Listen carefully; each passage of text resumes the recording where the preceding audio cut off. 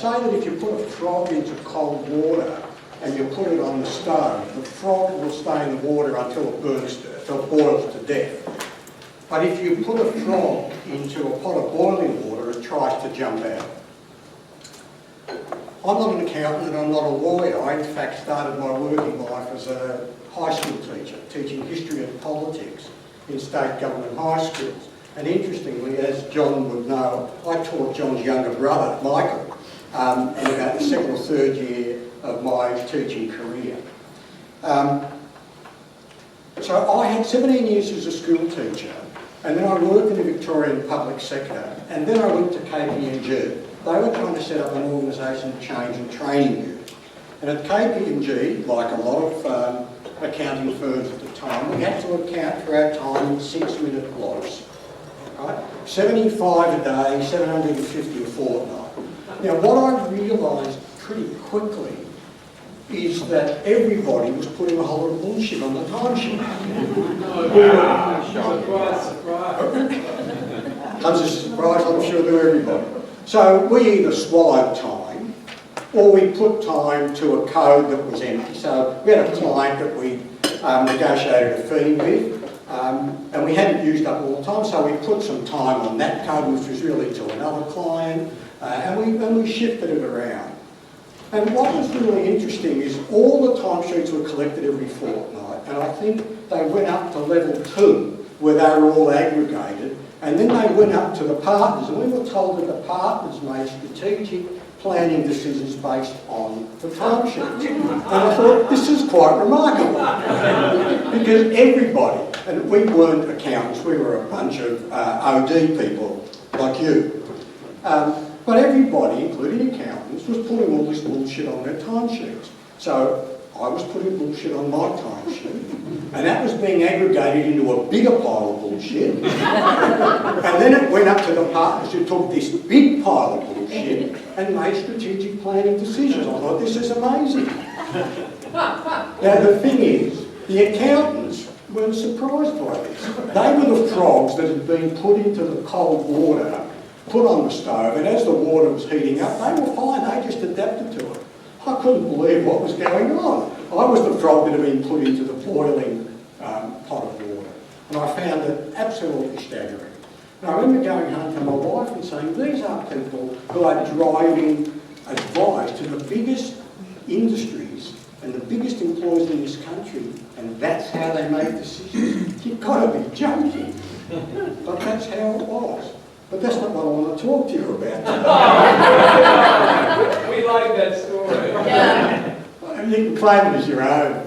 I was driving down this morning from Melbourne, and I was listening to an interview with a sports coach, of all things, who was involved with Ash Barty and the Richmond Football Club, who've been incredibly successful over the last couple of years. And what he was talking about is the importance of finding your passion.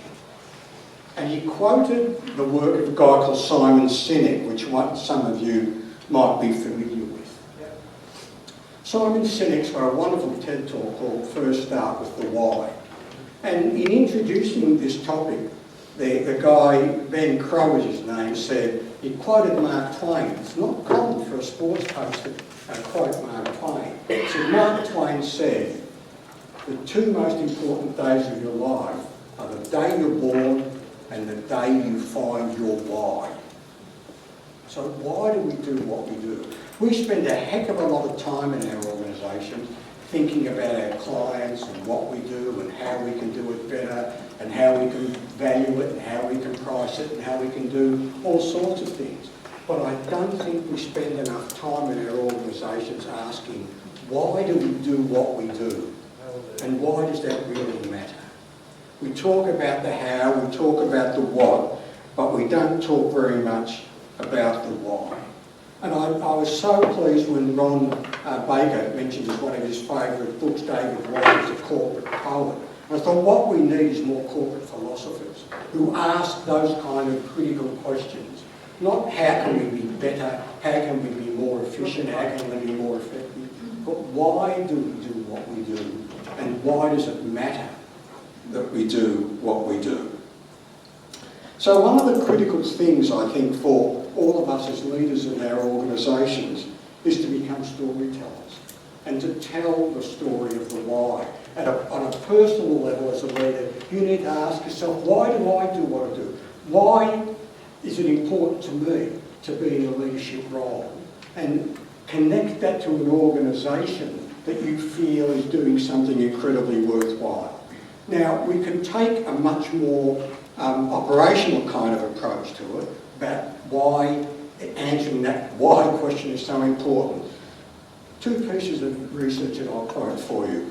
Harvard did a study many years ago, and they looked at their MBA class and they divided it into two. I don't know how they managed to work it out. But one group of MBA students were doing the MBA so that they could get the highest paying job possible when they graduated, because it was a fast track to CEO roles and all sorts of consulting roles. And the other half of the class were driven by purpose.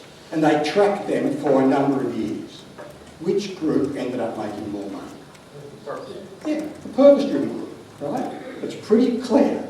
The second piece of research is that purpose-driven organisations are more successful than organisations that set out to just be good at what they do, be thought leaders, be experts, or be whatever. So, final quote I want to leave you with. Oxygen is to the body as profit is to an organisation. Without it, we can't survive. That's not the reason we exist. So we've just been talking about our value proposition at Macaulay Legal, and that we live it rather than write it down and put it on the wall and that sort of thing. And the passion that drives us is going into bat for the little guys. So we do small construction law tradies. Tina comes from a family of builders and trades who have been screwed over and over. I come from a small retail business family, so we are really passionate about leaving a lasting impact for the better on people's lives.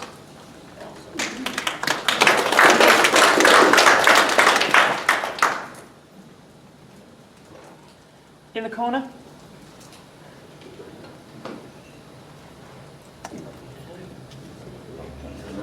We appreciated very much Matthew's walking the talk, in as much as he explained we should be telling stories and such like this, and he did it just in a short presentation himself. He's opened up, he had you as far as the commonality spreadsheets, and he told his story, his own personal story too, so it was a very authentic way of bringing over our message. So we appreciate that.